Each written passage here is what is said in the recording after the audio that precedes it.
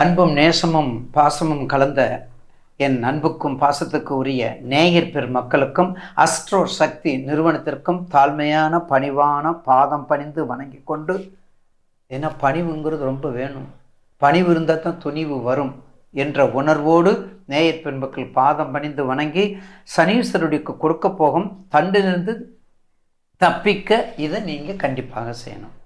அருள்மிகு அனுகிரகமும் அனுகூலமும் கொடுக்கக்கூடிய சனீஸ்வரர். கன்னி ராசி நேயர்களுக்கு கண்ணீர் விட்ட ராசி கடந்த காலங்கள். கன்னி ராசி நேயர்களுக்கு ரத்தம் சிந்தியது கடந்த காலங்கள். இப்போ அல்ல, குரு 5ஆம் பறவையாக பார்க்குறார். கடந்த கால குரு பயிற்சி 2024 வந்த குரு பயிற்சியிலேருந்து இப்போ வரையும் கொஞ்சம் புனிதத்தன்மையோட உங்கள் ராசிநாதன் மட்டும் வச்சுக்கோங்க. உங்கள் ராசி உங்களுடைய தசாபத்தியை மட்டும் வச்சுக்கோங்க. உங்கள் ராசிநாதன் புதன் எங்கே இருக்கிறார்? உங்களுக்கு 2க்கு 9 எங்கிறது? உங்களுக்கு 2க்கு 9 தனத்துக்குரியவர். தனத்துக்குரிய எங்கே இருக்காரு? பாக்கியத்துக்குரிய எங்கே இருக்காரு மட்டும் சுக்கரனை மட்டும் பார்த்துக்கோங்க. ஏன்னா உங்கள் வீட்டில் சுக்கரன் கண்ணில் இருந்தால் நீச்சம், உங்கள் வீட்டில் சுக்கரன் தான் நீச்சம் இல்லையா? அதனால் எங்கே இருக்காரு?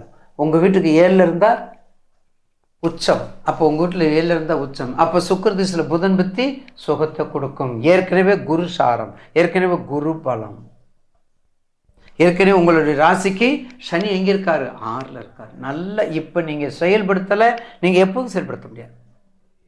இந்த சனி பயிற்சி, வரக்கூடிய சனி பயிற்சிகளாக எல்லாத்தையும் டெவலப் பண்ணிக்கங்க.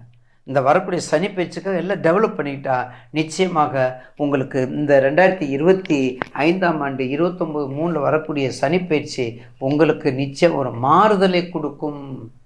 அதில் என்பது மாற்று கருத்து அல்ல. ஏன்னா உங்களுக்கு 6க்கு, உங்களுடைய ராசிக்கு 6ல் இப்போ இருந்துக்கிட்டு இருக்காரு கும்பத்தில். குரு உங்களுக்கு 5ஆம் பறவை பார்த்துருக்கிறாரு.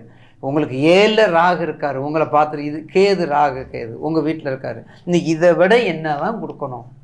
எப்பா என்னப்பா வேணும்? ஒரு கொஸ்டின் கேட்டீங்க, அந்த கொஸ்டினுக்கு பாதி ஆன்சர் நாங்கள் சொல்லி கொடுத்துட்டோம். அது எப்படி எழுதணும்னா உங்களுக்கு தெரிய வேண்டாமா ஸ்டூடெண்ட்டுக்கு? அப்புறம் எப்படி உங்களை அங்கே பாஸ் பண்ணுறது? கேட்குறாங்கல்ல, எக்ஸாமில் கேட்குறாங்கல்ல, ஸ்கூலில் கேட்குறாங்கல்ல, எக்ஸாமினர் கேட்குறாங்கல்ல. எல்லாத்தையும் சொல்லிட்டு அப்புறம் எதுப்பா கல்வி?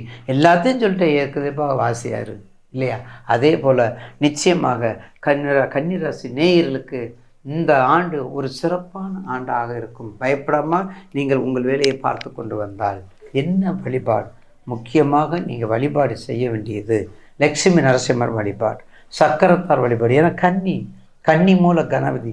ஒரு முறை நீங்கள் சரணமையப்பா, மாதம் திறக்கிறாங்க, ஒரு முறை சுவாமியை சரணமையப்பான்னு சொல்கிறோம் பார்த்தீங்களா? அங்கே போய்ட்டு ஒரு முறை போயிட்டு வந்தால் நிச்சயமாக கண் திறப்பார். கை கொடுக்கும் தெய்வமாக இருக்கக்கூடியவர், கருணை கடலாக இருக்கக்கூடியவர், சுவாமியை சரணமையப்பா இருக்கக்கூடிய கன்னிமூல கணபதி பகவானை முதலில் தரிசனம் செய்யுங்கள். பம்பையாற்றில் குளித்து அழகாக அவருடைய திருவடியை வணங்கி வந்தால் நிறைய காரியம் ஜெயிக்கும். என்ன வேண்டும்? நம்பிக்கை வேண்டும். என்ன வேண்டும்? நம்பிக்கை வேண்டும். அந்த நம்பிக்கை இல்லைன்னா ஒன்றும் பண்ண முடியாது. 48 நாள் பெருமண்டல பெரிய மண்டல பாதை. எல்லாரும் அந்த காலத்தில் சொல்லுவோம். இப்போ பசங்களில் கொஞ்சம் சீக்கிரம் போயிடுறாங்க. 1ஆம் தேதி பிறந்துருச்சா உடனே போயிடுறாங்க. ஆக கண்டிப்பாக உங்களுக்கு கன்னிராசி நேயர்களுக்கு கண்டிப்பாக ஒரு இந்த நேரத்துலையாவது அந்த ஐயப்பனை தரிசனத்தை பண்ணிட்டு வாங்க, கன்னிமூல கணபதியை பண்ணிட்டு வாங்க. வேறு எந்த உங்கள் ஏரியாவில் எந்த பிள்ளையாக இருந்தாலும் நல்லா தரிசனம் பண்ணுவாங்க. ஒரு மகத்தான வெற்றியை கொடுக்கும் ஆண்டாக கன்னிராசி பேரும். மனம் மாறிடாதீங்க, பிரச்சனைக்குள்ள வந்துடாதீங்க.